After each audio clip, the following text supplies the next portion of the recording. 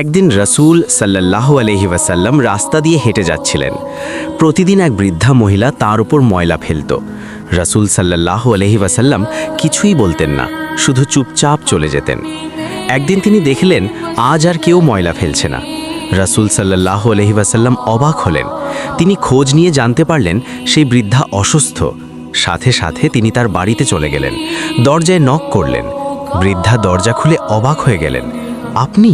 আমি তো আপনাকে কষ্ট দিতাম, আপনি এখানে কেন? রাসূল সাল্লাল্লাহু আলাইহি ওয়াসাল্লাম মৃদু হেসে বললেন, আপনি অসুস্থ, তাই আপনাকে দেখতে এসেছি। এই কথা শুনে বৃদ্ধার চোখে পানি চলে এলো। সে বলল, আপনি সত্যিই আল্লাহর রাসূল, আপনার মতো মানুষ হতে পারে না। সেই দিনই সে ইসলাম গ্রহণ করল। বন্ধুরা, এটাই ছিল রাসূল সাল্লাল্লাহু আলাইহি ওয়াসাল্লামের চরিত্র, খারাপের বদলে ভালোবাসা। আমরাও যদি এই শিক্ষা নেই, তাহলেই আমাদের জীবন বদলে যাবে।